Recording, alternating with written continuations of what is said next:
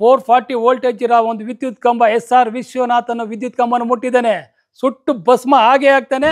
ಹೆಣ್ಣಿನ ಪೀಡುಕ ವಕೀಲ ಅಂತ ಹೇಳ್ಸ್ಕೊಂಡ್ರಿ ಅಂತ ಒಬ್ಬ ನಾಲಾಯಕ್ ಜಗದೀಶ್ ಯಾವ ಪ್ರೂವ್ನೂ ಮಾಡಲಿಲ್ಲ. ಏನು ಮಾಡ್ತೀರಿ ಈಗ ನೀವು ನನ್ನ ಮನೆಗೆ ಬಂದು ಒಂದು ವಾರಗಳ ಕಾಲ ಶೂ ಪಾಲಿಶ್ ಮಾಡ್ತೀರಾ? ಜಗದೀಶ್ ಅವರೊಬ್ರು ಹುಚ್ಚ ಅಂತ ಆಗಲೇ ನಾನು ಹೇಳಿದೆ.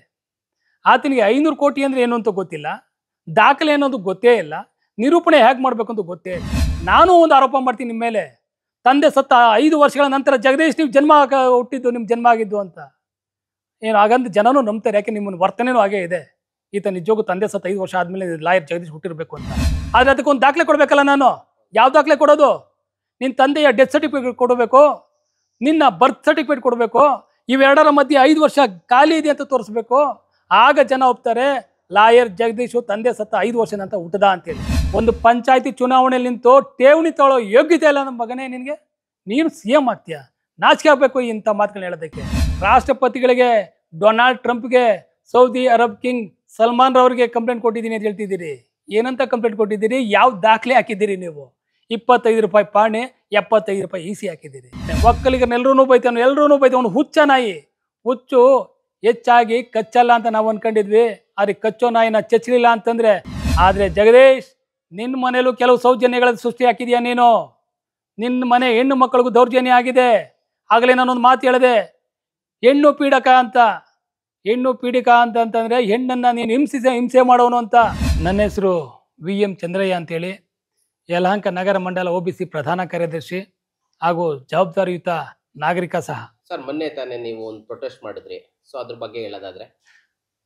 ಸರ್, ಒಬ್ಬ ಅನಾಗರಿಕ, ಅವಿವೇಕಿ ಹಾಗೂ ಹೆಣ್ಣಿನ ಪೀಡುಕ ವಕೀಲ ಅಂತ ಹೇಳ್ಸ್ಕೊಂಡ್ರಿ ಅಂತ ಒಬ್ಬ ನಾಲಾಯಕ್ ಜಗದೀಶ್ ಏನು ಶಾಸಕರ ಬಗ್ಗೆ ಅಪಪ್ರಚಾರ ಮಾಡ್ತಿದ್ದ, ಅದರ ಪ್ರತಿಭಟನೆ ಮೊನ್ನೆ ಮಾಡಿದ್ವಿ. ಆ ಪ್ರತಿಭಟನೆ ಮಾಡುವಂಥ ಸಂದರ್ಭದಲ್ಲಿ ನಾನೊಂದು ವಿಷಯ ಹೇಳಿದ್ದೆ.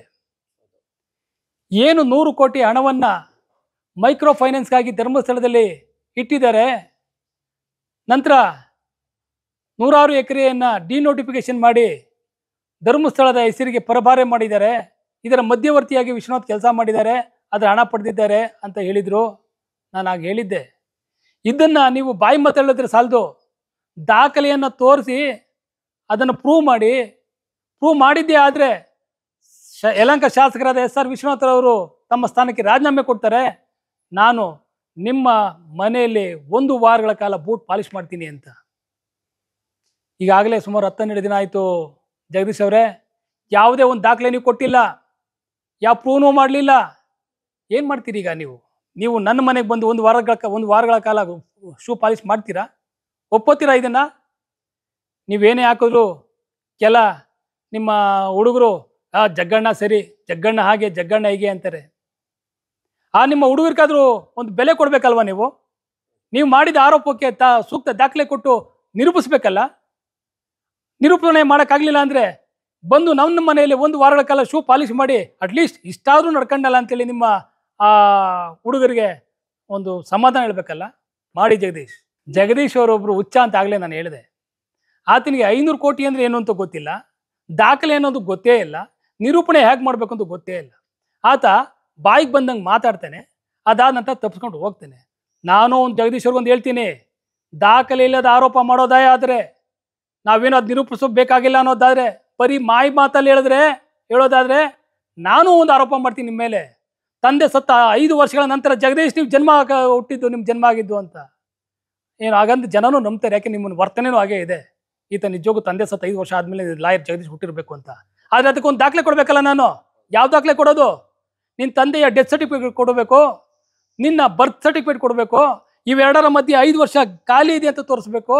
ಆಗ ಜನ ಒಪ್ತಾರೆ ಲಾಯರ್ ಜಗದೀಶು ತಂದೆ ಸತ್ತ 5 ವರ್ಷ ನಂತರ ಹುಟ್ಟದ ಅಂತೇಳಿ. ಹಾಗೆ ನಾನು ಬಾಯಿ ಬಿಟ್ಟು ಬುಡ್ಬುಡಿಕೆ ದಾಸನಾಗಿ ಹೇಳ್ಬಿಟ್ರೆ ನಂಬಲ್ಲ. ಆ ಕ್ಷಣದಲ್ಲಿ ನಂಬಬಹುದು, ವಾಸ್ತವವಾಗಿರಲ್ಲ ಜಗದೀಶ್. ಇದು ನಿಮಗೆ ಗೊತ್ತಿರಲಿ. ಯಾವುದೇ ಆರೋಪವನ್ನು ಮಾಡಬೇಕಾದ್ರೆ ಸೂಕ್ತ ದಾಖಲೆ ಇಟ್ಕೋಬೇಕು, ಆಮೇಲೆ ಆರೋಪ ಮಾಡಬೇಕು, ಆರೋಪನ ಸಾಬೀತುಪಡಿಸ್ಬೇಕು, ಆವಾಗ ನೀನು ವಕೀಲ ಅನ್ಸ್ಕೋತೀಯ. ಜಗದೀಶ್, ಏನಂತ ಹೇಳ್ತಿದ್ಯಾ? ನಾನೇ CM ಅಂತ ಹೇಳ್ತೀಯಾ? ಅವಿವೇಕೇನೇನು? ಒಂದು ಪಂಚಾಯತಿ ಚುನಾವಣೆಯಲ್ಲಿ ನಿಂತು ಠೇವಣಿ ತಗೊಳ್ಳೋ ಯೋಗ್ಯತೆ ಇಲ್ಲ ನಮ್ಮ ಮಗನೇ ನಿನಗೆ. ನೀನು CM ಆಗ್ತೀಯ? ನಾಚಿಕೆ ಆಗಬೇಕು ಇಂಥ ಮಾತುಗಳನ್ನ ಹೇಳೋದಕ್ಕೆ. ಜಗದೀಶ್, ನೀನು ತಲೆ ಒಡೆದು ಬದುಕ್ತಿದ್ಯಾ ಅಂತ ಜನಗಳಿಗೆ ಗೊತ್ತು, ಆದರೆ ನೀನೇ ಹೇಳ್ತಿದ್ಯಾ ಮೊನ್ನೆ ಒಂದು ಮೀಡಿಯಾದಲ್ಲಿ ಮಾಜಿ ಮಂತ್ರಿಗಳೊಬ್ಬರ ರಾಸಲೀಲೆಯ ಸಿಡಿಯನ್ನು ಬಿಡುಗಡೆ ಮಾಡೋದ್ರಲ್ಲಿ ನಾನೇ ಅತಿ ಮುಖ್ಯವಾದವನು, ನನಗೆ ಹಾಲಿ ಮಂತ್ರಿಗಳಿಂದ ಅದರ 65 ಲಕ್ಷ ಬರಬೇಕಿತ್ತು ಅಂತ ತಲೆ ಹಿಡ್ಕಂತಾರ ಮಾತಾಡಿದ್ಯಾ. ತಲೆ ಒಡೆಯೋ ಜಗದೀಶ್ ಅಂತ ನಾವು ಹೇಳಿದ್ರೆ, ಇಲ್ಲ ನಾನು ತಲೆ ಹಿಡಿದು ಬದುಕುತ್ತಿರುತ್ತ ಜಗದೀಶ್ ಅಂತ ನೀನು ಹೇಳಿದ್ಯಾ. ನಿನ್ನಂತ ನಾಚಿಕೆಗೆಡವನು ನಾನೊಬ್ಬ ಒಕ್ಕಲಿಗ, ನಾನು ಗೌಡ ಅಂತ ಹೇಳ್ಕೊತೀಯ. ಒಕ್ಕಲಿಗ ಗೌಡ ಹಸಿದ ಸಮಾಜ, ಹಸಿದ ಜನಕ್ಕೆ ಅನ್ನ ಕೊಡುವಂಥ ಜನಾಂಗ ಅದು ಒಕ್ಕಲಿಗರು. ಮಹನೀಯರವರು, ನಾಡನ್ನು ಕಟ್ಟಿದವರು, ನಮ್ಮನ್ನು ಆಳಿದಂಥ ಮಹನೀಯರು, ಅಂಥವ್ರ ಹೆಸರು ಹೇಳಿ ಆ ಜಾತಿಗೆ ಅವಮಾನ ಮಾಡಂತ ನಿನ್ನಂಥ ನಾಲಾಯಕನ ಜಾತಿಯಿಂದ ಹೊರಗಾಗಬೇಕು ಜಗದೀಶ್. ನೀವು ಮತ್ತೆ ನಿಮ್ಮ ತಿಮ್ಮಾರೋಡಿ ತಂಡ ಪೂಜ್ಯ ಸ್ಥಳವಾದಂಥ ಧರ್ಮಸ್ಥಳದ ಬುನಾದಿಯನ್ನು ಎಲ್ಲಾಡ್ಸಕ್ಕೆ ಹೋಗಿದ್ರಿ. ತಿಮ್ಮಾರೋಡಿ, ಮಟ್ಟಣ್ಣ ಮತ್ತು ಅವನು ಸಮೀರ, ಈ ಮೂರು ಜನದ ಜೊತೆ ಸೇರಿ ನಮ್ಮ ಧರ್ಮದ ಸ್ಥಳವನ್ನು ಒಂದು ಅಸ್ತಿತ್ವವನ್ನೇ ಪ್ರಶ್ನೆ ಮಾಡಿಕೊಟ್ಟಿದ್ರಿ. ಈಗ ತಿಮ್ಮಾರೋಡಿ, ಸಮೀರ, ಮಟ್ಟಣ್ಣ ಬೀದಿ ನಾಯಿಗಳಂತೆ ಓಡುತ್ತಿದ್ದಾರೆ ಜಗದೀಶ್. ಆ ಧರ್ಮಸ್ಥಳದ ಶಾಪ ಅವ್ರಿಗೆ ತಟ್ಟಿದೆ. ಅದಕ್ಕಿಂತಲೂ ಈ ನಾಯ ಸ್ಥಿತಿ ನಿನಗೆ ಬರುತ್ತೆ. ಜೈಲಿಗೆ ಹೋಗ್ತೀಯಾ, ನಿನಗೆ ಲಕ್ಕ ಹೊಡಿತದೆ, ಬೀದಿಲಿ ನಾಯಿ ಥರ ಹುಚ್ಚಿನಾಗಿ ತಿರುಗ್ತೀಯ. ಇದು ಧರ್ಮಸ್ಥಳದ ಅಣ್ಣಪ್ಪನ ಶಾಪ ಜಗದೀಶ್. ಯಲಹಂಕ ಶಾಸಕರ ಮೇಲೆ 4 ಆಪಾದನೆಗಳನ್ನು ಮಾಡಿದ್ದೀನಿ. ಲೋಕಾಯುಕ್ತರಿಗೆ ಕಂಪ್ಲೇಂಟ್ ಕೊಟ್ಟಿದ್ದೀನಿ, ಡಿಫೆನ್ಸ್ ಮಿನಿಸ್ಟ್ರಿಗೆ ಕಂಪ್ಲೇಂಟ್ ಕೊಟ್ಟಿದ್ದೀನಿ, ಪ್ರಧಾನಿಗಳಿಗೆ, ರಾಷ್ಟ್ರಪತಿಗಳಿಗೆ, ಡೊನಾಲ್ಡ್ ಟ್ರಂಪ್ಗೆ, ಸೌದಿ ಅರಬ್ ಕಿಂಗ್ ಸಲ್ಮಾನ್ ರವರಿಗೆ ಕಂಪ್ಲೇಂಟ್ ಕೊಟ್ಟಿದ್ದೀನಿ ಅಂತ ಹೇಳ್ತಿದ್ದೀರಿ. ಏನಂತ ಕಂಪ್ಲೇಂಟ್ ಕೊಟ್ಟಿದ್ದೀರಿ? ಯಾವ ದಾಖಲೆ ಹಾಕಿದ್ದೀರಿ ನೀವು? 25 ರೂಪಾಯಿ ಪಾಣೆ, 75 ರೂಪಾಯಿ ಇಸಿ ಹಾಕಿದ್ದೀರಿ. ಇದನ್ನು ಡೊನಾಲ್ಡ್ ಟ್ರಂಪ್ ಏನು ಪಟ್ನ ಕಟ್ಕೊಂಡು ಬೊಂಡ ತಿಂತಾರ? ರಾಷ್ಟ್ರಪತಿಗಳನ್ನ ಅದನ್ನು ತಗೊಂಡು ಏನಾದರೂ ಒರೆಸ್ಕೋತಾರ? ನೀನು ಜನ್ಮಕ್ಕೆ ವಕೀಲನಾಗಿದ್ಯಾ? ವಕೀಲನಾಗಿ ಆಪಾದನೆ ಮಾಡ್ಬೇಕಾದ್ರೆ ಯಾವ ರೀತಿ ದಾಖಲೆಗಳನ್ನು ಕೊಡಬೇಕು ಅನ್ನೋದು ಗೊತ್ತಿಲ್ವಾ? ನಾನು ಆಗಲೇ ಹೇಳಿದ್ನಲ್ಲ ನಿಮಗೆ, ತಂದೆ ಸತ್ತ ನಂತರ 5 ವರ್ಷದ ಮೇಲೆ ನೀನು ಹುಟ್ಟಿದ್ಯಾ, ಅದಕ್ಕೆ ಯಾವ ರೀತಿ ದಾಖಲೆ ಕೊಡಬೇಕು ಅಂತ. ಅದಕ್ಕೆ ಪ್ರತಿಯೊಂದು ಆರೋಪಕ್ಕೂ ಒಂದಲ್ಲ ಒಂದು ದಾಖಲೆ ಕೊಡಬೇಕಾಗತ್ತೆ. ಆ ದಾಖಲೆ ಹೇಳದೆ ಮಾತಾಡೋದು ನಿನ್ನಂತ ನಾಯಿಗೆ ನೀನು ಒಬ್ಬ. ಪಾಪದ ಕಡ ತುಂಬವರೆಗೂ ಇವರೆಲ್ಲ ತುಂಬ ಹೋರಾಡ್ತಾರೆ ಸರ್. ಇವತ್ತು ತಿಮ್ಮಾರೋಡಿ ಹೇಳ್ತಿದ್ದ, ನಾನೇ ಧರ್ಮಸ್ಥಳದ ಒಡೆಯ, ನನ್ನ ಮನೆಯೇ ಧರ್ಮಸ್ಥಳ, ನನ್ನ ಮನೆಯೇ ಶೃಂಗೇರಿ ಅಂತ. ಇವತ್ತು ಅವನಿಗೆ ಯಾವ ಗತಿ ಬಂತು? ಇವರ ಅಪ್ಪ ತಿಮ್ಮಾರೋಡಿ ಇವನಿಗಿಂತ 100ರಷ್ಟು ಬಲಿಷ್ಠನಾಗಿದ್ದ ಮುದಿ ರೌಡಿ ಅವನು. ಇನ್ನು ಅವನು ಮಟ್ಟಣ್ಣ, ಉಸಿ ಬಾಂಬ್ ಬೆದರಿಕೆ ಇಟ್ಟಿದ್ದ ಮಟ್ಟಣ್ಣ, ಅವನು ಸಹ ಮೆರಿತಿದ್ದ ನಾನು ಹಾಗೆ ಹೀಗೆ ಅಂತೇಳಿ. ಇನ್ನು ಅವನು ಇನ್ನೊಬ್ಬ ಯಾರವನು ಸಮೀರ, ಅವನು ಇಡಿಯಟ್, ಅವನೊಬ್ಬ ಮೆರಿತಿದ್ದ. ಇವತ್ತು ಅವ್ರ ಗತಿ ಏನಾಯ್ತು ಸರ್? ತನ್ನ ಜೀವ ಉಳಿದ್ರೆ ಸಾಕಂತ ಓಡ್ತಿದ್ದಾರೆ. ಅಂಥ ದರಿದ್ರ, ದೊಡ್ಡ ದೊಡ್ಡ ದರಿದ್ರಗಳೇ ಹಂಗಿದ್ದಾರೆ. ಇನ್ನು ಇವನು ಯಾವ ಲೆಕ್ಕ ಸರ್ ಜಗದೀಶ? ಇವನಂತೇನು ಆಗಿದೆ? ಅವ್ನು ಆಡ್ತಿರೋದು ನೋಡಿ. ನಾನು ಒಕ್ಕಲಿಗ ಅಂತಾನೆ DK ಶಿವಕುಮಾರ್ ಅವ್ರು ಬೈತಾನೆ, ನಾನು ಒಕ್ಕಲಿಗ ಅಂತಾನೆ ಮತ್ತೊಬ್ಬರು ಬೈತಾನೆ, ಒಕ್ಕಲಿಗರನ್ನೆಲ್ಲರೂ ಬೈತಾನೆ, ಎಲ್ಲರೂ ಬೈತಾನೆ. ಅವನು ಹುಚ್ಚ ನಾಯಿ. ಹುಚ್ಚು ಹೆಚ್ಚಾಗಿ ಕಚ್ಚಲ್ಲ ಅಂತ ನಾವು ಅಂದ್ಕೊಂಡಿದ್ವಿ. ಆದರೆ ಕಚ್ಚೋ ನಾಯಿನ ಚಚ್ಚಲಿಲ್ಲ ಅಂತಂದರೆ ಇದು ಮುಂದೆ ತುಂಬ ತೊಂದರೆ ಆಗತ್ತೆ. ಅದಕ್ಕೆ ಈ ನಾಯಿನ ಚಚ್ಚುವಂಥ ಒಂದು ದಿನ ಬಂದಿದೆ. 420 ಜಗದೀಶು 440 ವೋಲ್ಟೇಜ್ ಇರೋ ಒಂದು ವಿದ್ಯುತ್ ಕಂಬ SR ವಿಶ್ವನಾಥ್ ಅನ್ನೋ ವಿದ್ಯುತ್ ಕಂಬನ ಮುಟ್ಟಿದ್ದಾನೆ. ಸುಟ್ಟು ಭಸ್ಮ ಹಾಗೆ ಆಗ್ತಾನೆ. ಇದನ್ನು ಕೆಲವೇ ದಿನಗಳಲ್ಲಿ, ತಿಂಗಳು ವರ್ಷಗಳು ಬೇಕಾಗಿಲ್ಲ ಸರ್, ಕೆಲವೇ ದಿನಗಳಲ್ಲಿ ಅವನು ಈ ಪಾಪದ ಕೊಡ ತುಂಬಿದೆ. ಧರ್ಮಸ್ಥಳದ ಅಣ್ಣಪ್ಪ ಸ್ವಾಮಿಯ ಶಾಪ ಅವನಿಗೆ ತಟ್ಟಿದೆ. ಕೆಲವೇ ದಿನ ಅವನು ಜೈಲಿಗೂ ಹೋಗ್ತಾನೆ. ಅವನ ಎಲ್ಲ ದುರಂಕಾರ ಎಲ್ಲ ಸರ್ವನಾಶ ಹಾಗೆ ಆಗತ್ತೆ. ಇದನ್ನು ಬರೆದಿಟ್ಕೊಳ್ಳಿ ನೀವು. ಲಾಯರ್ ಜಗದೀಶ್ ಹೇಳ್ತಾನೆ, ಸಹೋದರಿ ಸೌಜನ್ಯಗೆ ನ್ಯಾಯ ಕೊಡಿಸ್ಬೇಕು, ನಾವು ಹೋಗ್ತೀವಿ ಅಂತ. ಸರ್, ಸಹೋದರಿ ಸೌಜನ್ಯಗೆ ನ್ಯಾಯ ಕೊಡಿಸೋದ್ರಲ್ಲಿ ನಾವೂ ಇದ್ದೀವಿ ಸರ್. ನಾವು ಭಗವಂತನ ಕೇಳ್ತೀರಿ ಆಕೆ ಸಾವಿಗೆ ನ್ಯಾಯ ಕೊಡಬೇಕು ಅಂತೇಳಿ. ನಮ್ಮ ಯಾರೂ ಅದು ವಿರೋಧ ಅಲ್ಲ, ಅವರು ಸಹೋದರಿ ಸೌಜನ್ಯ ಸಾವಿಗೆ ನ್ಯಾಯ ಕೊಡಲೇಬೇಕು. ಆದರೆ ಜಗದೀಶ್, ನಿನ್ನ ಮನೇಲೂ ಕೆಲವು ಸೌಜನ್ಯಗಳ ಸೃಷ್ಟಿ ಹಾಕಿದೆಯಾ ನೀನು? ನಿನ್ನ ಮನೆ ಹೆಣ್ಣು ಮಕ್ಕಳಿಗೂ ದೌರ್ಜನ್ಯ ಆಗಿದೆ. ಆಗಲೇ ನಾನೊಂದು ಮಾತು ಹೇಳಿದೆ, ಹೆಣ್ಣು ಪೀಡಕ ಅಂತ. ಹೆಣ್ಣು ಪೀಡಿಕ ಅಂತಂದರೆ ಹೆಣ್ಣನ್ನು ನೀನು ಹಿಂಸೆ ಮಾಡೋನು ಅಂತ. ನಿನಗೆ ತಾಕತ್ತಿದ್ರೆ ಚಾಲೆಂಜ್ ಮಾಡಿ ನೀನು, ನಾನು ಹೆಣ್ಣು ಪೀಡಕ ಅಲ್ಲ ಅಂತೇಳಿ ದಾಖಲೆ ಸಮೇತ ನಿನ್ನ ಮುಂದೆ ಹೇಳ್ತೀನಿ ಜಗದೀಶ್. ನಿನ್ನ ಥರ ಗಾಳಿಲಿ ಗುಂಡಾರ್ಸೋನಲ್ಲ ನಾನು, ದಾಖಲೆ ಇಟ್ಕೊಂಡು ಮಾತಾಡೋವಂಥವನು.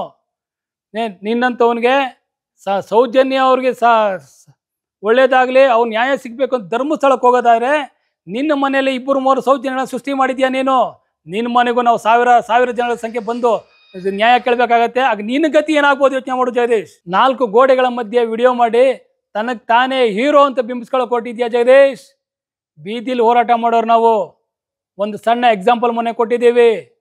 ನೀನು ಇನ್ನಾದರೂ ಬುದ್ಧಿ ಕಲೀಲಿಲ್ಲ ಅಂತಂದರೆ ನಿನ್ನ ಮನೆಗೆ ಯಾವ ರೀತಿ ಸೌಜನ್ಯರಿಗೆ ನ್ಯಾಯ ಸಿಗಬೇಕು ಅಂತ ನಾವೆಲ್ಲ ಅನ್ಕೊಂಡಿದ್ದೀವಿ. ನಿನ್ನ ಮನೆಗೆ ಸಾವಿರ ಸಾವಿರ ಸಂಖ್ಯೆಯಲ್ಲಿ ಬರ್ತೀವಿ. ನಿನ್ನ ಮನೆಯಲ್ಲಿರುವಂಥ ಸೌಜನ್ಯರಿಗೆ ನ್ಯಾಯ ಸಿಗಬೇಕು ಅಂತ ಕೇಳ್ಕೊಳ್ತೀವಿ. ಅದಕ್ಕೆ ದಾಖಲೆನೂ ನಮ್ಮ ಹತ್ರ ಇದೆ ಜಗದೀಶ್. ಹೆಣ್ಣು ಪೀಡಿಕಾ ಅಂತ ವಿಚಾರದಲ್ಲಿ ನಿನ್ನನ್ನು ನಾವು ಯಾವ ಮಟ್ಟಕ್ಕೆ ತಗೊಂಡೋಗ್ತೀವಿ. ಇಲ್ಲಿಗೆ ನಿಲ್ಲಿಸ್ತೀರಿ ಸರಿ ಜಗದೀಶ್. ಕೊನೆ ವಾರ್ನಿಂಗ್ ಕೊಡ್ತಾ ಇದ್ದೀನಿ. ಇಲ್ಲಾಂದ್ರೆ ಬಹಿರಂಗ ಸವಾಲಿಗೆ ನಾವು ರೆಡಿ, ಯುದ್ಧಕ್ಕೆ ನಾವು ರೆಡಿ ಇರ್ತೀವಿ ಜಗದೀಶ್.